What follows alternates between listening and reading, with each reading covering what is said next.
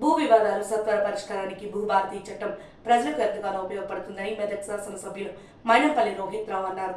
రామాయంపేట రైతు వేదికలో భూభారతి చట్టం రెవెన్యూ అవగాహన సదస్సులో జిల్లా కలెక్టర్ రాహుల్ రాజ్, మెదక్ ఆర్డీఓ రమాదేవి, తహసీల్దార్ రజని, ప్రజాప్రతినిధులు, రైతులతో కలిసి ఎమ్మెల్యే పాల్గొన్నారు. భూభారతి నూతన చట్టంపై ఎమ్మెల్యే మాట్లాడుతూ ప్రజల కష్టాలను తీర్చే ప్రభుత్వంగా ముఖ్యమంత్రి రేవంత్ రెడ్డి ఎన్నికలకు ముందు ధరణి విషయమై మాటను ఇచ్చారని, ధరణి స్థానంలో ఇచ్చిన మాట ప్రకారం రైతులకు, ప్రజలకు ఉపయోగపడే నూతన భూభారతి చట్టాన్ని తీసుకువచ్చారని అన్నారు. క్షేత్రస్థాయిలో రైతులు, ప్రజల అభిప్రాయాలు తీసుకున్న తదుపరి భూభారతి చట్టాన్ని రాష్ట్ర ప్రభుత్వం తీసుకువచ్చిందన్నారు. 200 ఎకరాల్లో పాఠశాలలు నిర్మించి విద్యాభివృద్ధికి కృషి చేయనున్నట్లు తెలిపారు. భూభారతి చట్టంపై జిల్లా కలెక్టర్ రాహుల్ రాజ్ మాట్లాడుతూ సమస్యల పరిష్కారం కోసం రాష్ట్ర ప్రభుత్వం తీసుకొచ్చిన భూభారతి చట్టం మార్గదర్శకాలను రైతులు, ప్రజలకు తెలియజేసేందుకు జిల్లాలో అవగాహన సదస్సులు నిర్వహిస్తున్నట్లు పేర్కొన్నారు. ఈ రెవెన్యూ చట్టం కొత్త భూభారతి చట్టం పైన అవగాహన సదస్సులు అనేది ప్రతి మండలంలో కూడా పెట్టడం జరుగుతుంది. ఆ దాంట్లో భాగంగా ఈరోజు మనము ఇక్కడ రామాయణపేటలో కూడా మనం పెట్టడం జరుగుతూ ఉంది.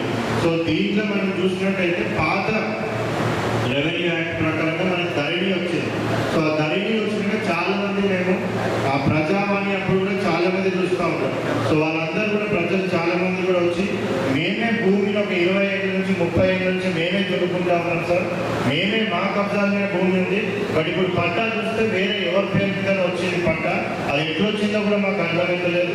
దయచేసి మా పేరు మీద పట్టా చేసి మన ప్రభుత్వ పథకాలు ఏవైతే ఉన్నాయో మాకు వచ్చేటట్టు చూడండి అనేసి చెప్పడం జరుగుతూ ఉంది. ఆ పట్టా మార్పిడి చేసే అధికారం ఎవరికి కూడా లేదు.